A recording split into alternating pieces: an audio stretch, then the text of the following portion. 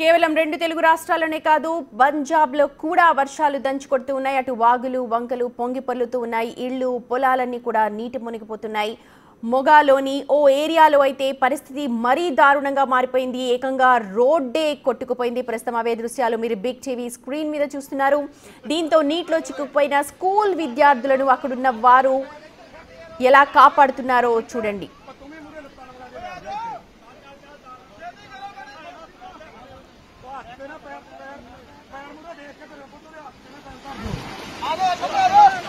पैर मुरे देख के बोलते हस्ते ना धर दी पैर हथ फड़ लिया करो मरा ना बैक साइड के ऊपर हाथ फड़ लेना डरते ना किंदे दे पैर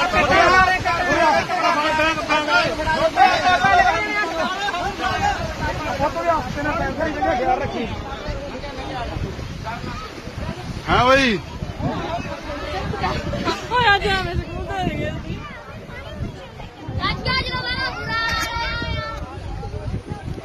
చూడొచ్చు అక్కడ స్కూల్ పిల్లలందరూ కూడా ఎలాగా రోడ్డు దాటుతున్నారు.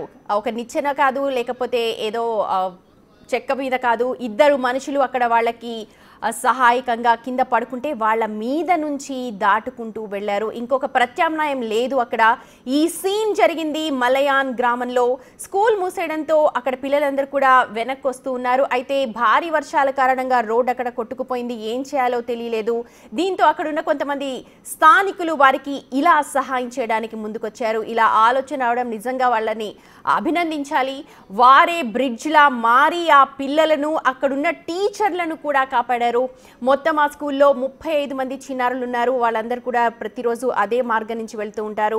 అయితే ఆ రోజు స్కూల్ అర్ధాంతరంగా మూసివేయడంతో ఇంటికి తిరిగి వెళ్తూ ఉన్నారు. మొత్తం 35 మంది చిన్నారులను కూడా సురక్షితంగా బయటకు తీసుకొచ్చారు. ఇలా వాళ్ళు ఒక హ్యూమన్ బ్రిడ్జ్గా మారి పేర్లను మనం కనుక చూస్తే సుఖ్బిందర్ అలాగే గగన్ దీప్లను అంటున్నారు. ఇప్పుడు వాళ్ళిద్దరి మీద కూడా ప్రశంసల వర్షం కురుస్తోంది. మొత్తం సోషల్ మీడియా అంతా కూడా ఆ ఇద్దరిపైన ప్రశంసల వర్షం కురిపిస్తూ ఇలాగా హ్యూమన్ బ్రిడ్జ్గా మారిన ఇద్దరికి అప్రిసియేషన్ దక్కుతోంది. అంటే ఒక ఐడియా ఎంతమంది జీవితాలను మార్చేసిందో ప్రస్తుతం మనం చూడొచ్చు.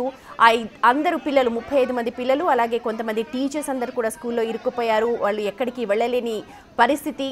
సో అక్కడున్న గ్రామస్తులు ఈ ఆలోచన చేసి వారందరినీ కూడా సురక్షితంగా రోడ్డు దాటించారు.